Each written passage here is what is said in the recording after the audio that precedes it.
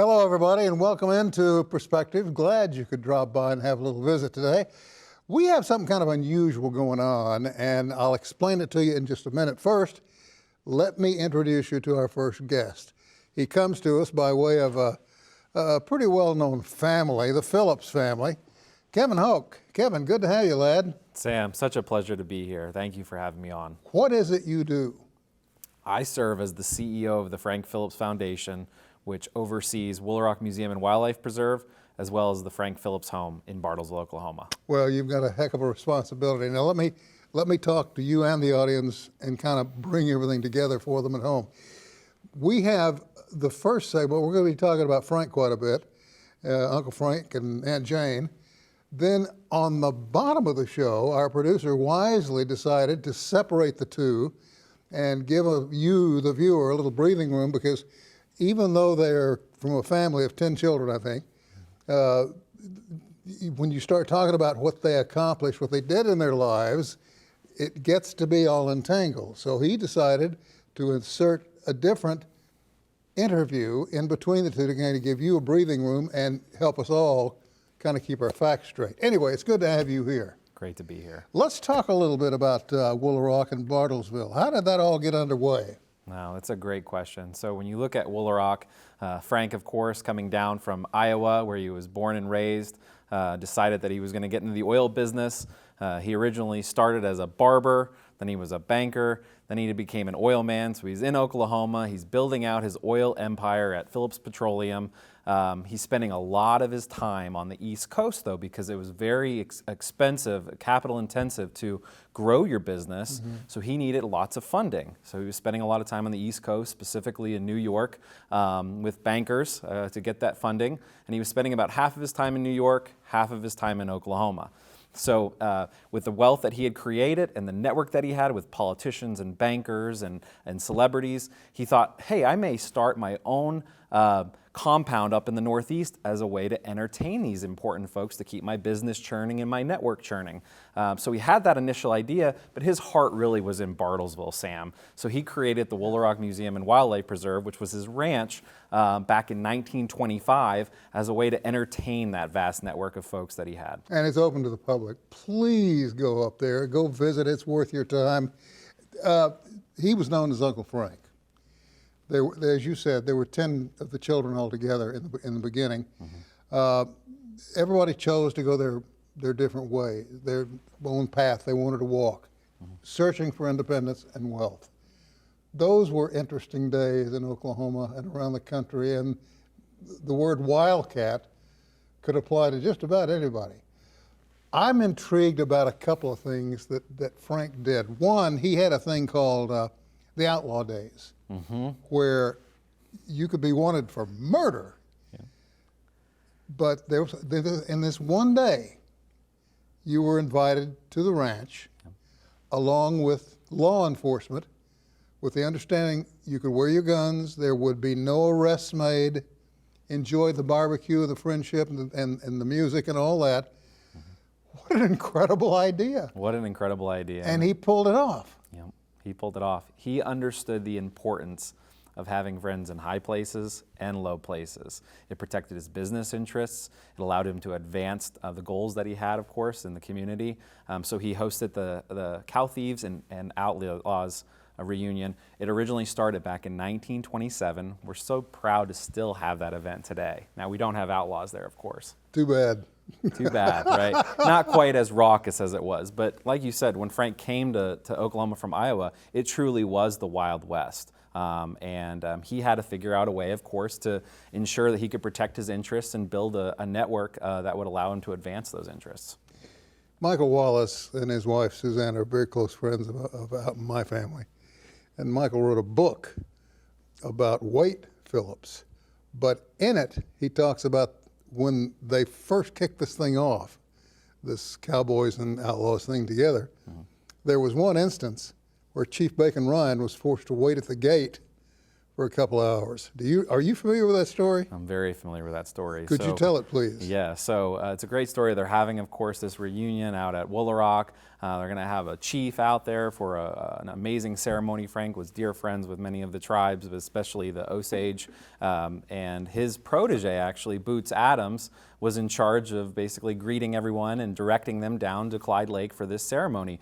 Boots Adams was busy actually shooting hoops, so he had missed this envoy that had come through. Well, Boots was kind of a wild hair anyway, wasn't he? He was, but he was Frank's protege, and that's who ended up, of course, taking over for Frank after he had retired. But Frank was so upset because the chief, they ended up turning back around and headed over to Pawhuska, so the ceremony didn't happen as it was planned, and Frank was furious, and Jane had to cool him down because he was so mad at Boots Adams for so long over that. Aunt Jane stepped in and saved the day. Aunt Jane stepped in and saved the day. And Boots's photo in her bedroom at the lodge, he's got multiple portraits on her wall, so he was always a favorite of hers. You know, it's interesting because if you stand back and look at Woolaroc, people think, well, it's just another big ranch with a few animals. It's much more than that. Harry Truman even paid a visit, did he not? He did, absolutely. And Hoover did as well. And so Hoover. Hosted 2 presidents, So yes. when you start getting the President of the United States attending an event at an Oklahoma ranch, that changes the landscape. It really does. I think Frank, his contributions to society are so widespread. And we always look at it from the standpoint of his regional influence and impact. But what he was able to do with Phillips Petroleum, he was able to, the contributions to aviation and World War II, they're so much beyond just the region and Oklahoma. He truly was a great American citizen, and his contributions were vast. And to the Boy Scouts. Yes. A big supporter of the Boy Scouts. As a matter of fact, I think, if memory serves, didn't he also will them not only a trust, but a building, a very large building, at his passing? That's something that, yeah, he and Waite were both, of course, ardent supporters of the Boy Scouts. Of course, Villa Philmont, and then Frank being incredibly philanthropic with it. But, you know, as you said, the Woolaroc property is so much more than just a ranch. The scale of it, the wildlife, the history, there's just something for everyone at Woolaroc. It's an incredible place. When my wife and I visited, I have to tell you, I'm a believer in spirits. I believe, and I think it's because of my Indian heritage, I'm a believer in trees and old rocks that have spirits around them. If you stand near a certain tree or near a certain rock, sometimes you can sense those who passed by. Or at least if you can't sense them, you can sense what they stood for. And it's an interesting thing to me, in walking the grounds up there, I gleaned a sense of Frank, maybe sometime with a drink in his hand, walking around outside, the crowd's in the house, and he just decided he wanted a little thought time. And what a great place to get it. What a great place to get it. He created it, of course, you know, as a way to entertain, as an escape. Of course, it was very stressful to, you know, be behind growing the Phillips Petroleum back in the day. So that was really a retreat for him. And his favorite spot on the property was right on the back porch there of the Frank Phillips Lodge, overlooking beautiful Clyde Lake, as a way for him to just disconnect and kind of get back to his roots.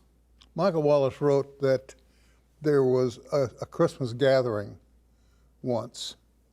Aunt Jane had everybody in the main room of the house, and they looked around. Frank was nowhere to be seen.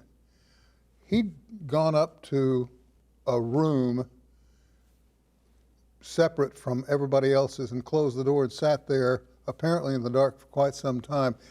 And the way Michael wrote it was, after a while, he just lay down on the bunk and waited for the wind to blow. And you're left with a feeling, was he waiting to die? No, he wasn't. He just had so much going through his brain from so many different entities. And you discovered that, I suspect. Yes, yeah. Frank, he of course, he had so many different interests going on at that time. He was fighting off basically what happened to Marlin. We're talking about great Oklahoma history. What happened to Marlin with the hostile takeover. That was something that was front and center for Frank as well in the early 30s, and that haunted him quite a bit to see what happened to Marlin. So he was always very cautious moving forward because he wanted to make sure that that did not happen to he or Phillips Petroleum. Bacon Ryan did forgive him, didn't he? They did, yes. So they were able to make up. What an incredibly great story. And Boots was something else. Flying that plane upside down, golly, that was back when you better be strapped in. Yes. Because you didn't have a cockpit. Hey, listen, I want to thank you, Kevin, for coming in, visiting with us. It means a lot. Yeah. And perhaps we can do it again sometime down the road. Absolutely, our pleasure. Such a pleasure to be here, Sam. Thank you for your time. Good to have you. The time's just going by. Sit tight.